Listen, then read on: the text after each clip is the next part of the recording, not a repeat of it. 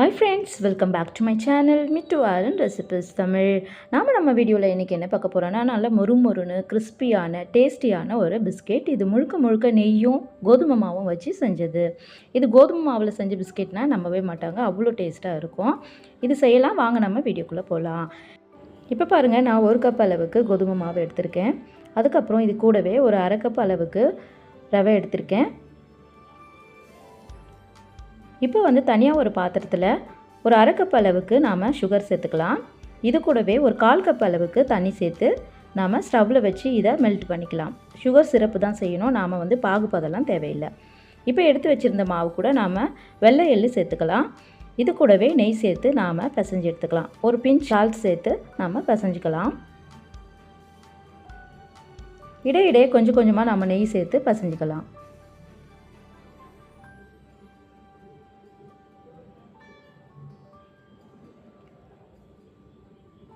நெய் சேர்த்துட்டு நாம் கட்டிகள் இல்லாமல் இந்த நெய் எல்லா மாவோடும் நல்லா கலந்து வர மாதிரி நல்லா பிசைஞ்சு எடுத்துக்கலாம்.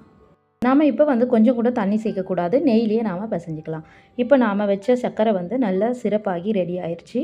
இப்போ நம்ம ஸ்டவ் ஆஃப் பண்ணி இந்த சிரப்பை அப்படியே ஆற விட்டுடலாம். இப்போ பாருங்கள், நெய்யில் பிசைஞ்ச மாவு இந்த பதத்துக்கு இருக்கணும். எடுத்து பிடிக்கும் போது இந்த மாதிரி பிடிக்கணும். இதுதான் கரெக்டான பதம். இப்போ நம்ம ஆற வச்சுருந்த சிரப்பை எடுத்து மாவில் கொஞ்சம் கொஞ்சமாக சேர்த்து நாம் பிசைஞ்சிக்கலாம். சுகர் சிரப்பு நல்லா சுத்தமாக ஆறுனதுக்கப்புறமா நம்ம இதில் சேர்த்து பிசைஞ்சு எடுக்கணும். நல்லா சப்பாத்தி மாவு பதத்துக்கு பிசைஞ்சிக்கலாம். கூட கொஞ்சம் தண்ணி வேணால் சேர்த்துக்கலாம், அதிகமாக தண்ணி சேர்க்க வேண்டாம். இப்போ பாருங்கள், இந்த பதத்தில் பிசைஞ்சால் போதும். இப்போ மாவு நமக்கு ரெடியாக இருக்குது. இப்போ நான் இதை 2 பார்ட்டாக பிரித்து இந்த மாதிரி நீட்டாக உருட்டி எடுத்துக்கிறேன். கீழே கொஞ்சம் எண்ணெய் தேய்ச்சிட்டு நீல வாக்கில் இந்த மாதிரி உருட்டிக்கலாம். உருட்டிட்டு இதை ஒரு ஷேப்பாக நம்ம ஸ்லாண்டிங் சைஸில் நாம் பிஸ்கெட் மாதிரி கட் பண்ணிக்கலாம்.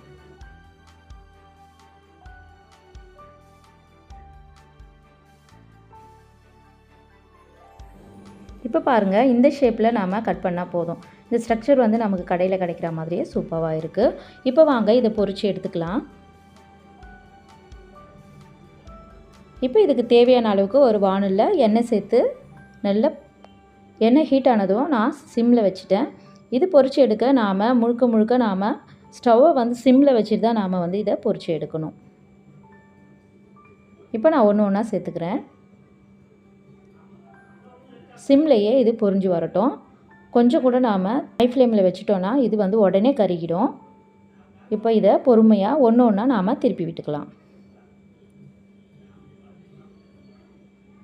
இப்போ எல்லாத்தையும் திருப்பி விட்டு 2 சைடும் நல்லா முறுமுறுன்னு நல்லா கிறிஸ்பியாக பொரிஞ்சு வந்துருச்சு. இதை நாம் எடுத்துக்கலாம். இப்போ பாருங்கள், எடுத்து நல்லா ஆற விட்டுடணும்.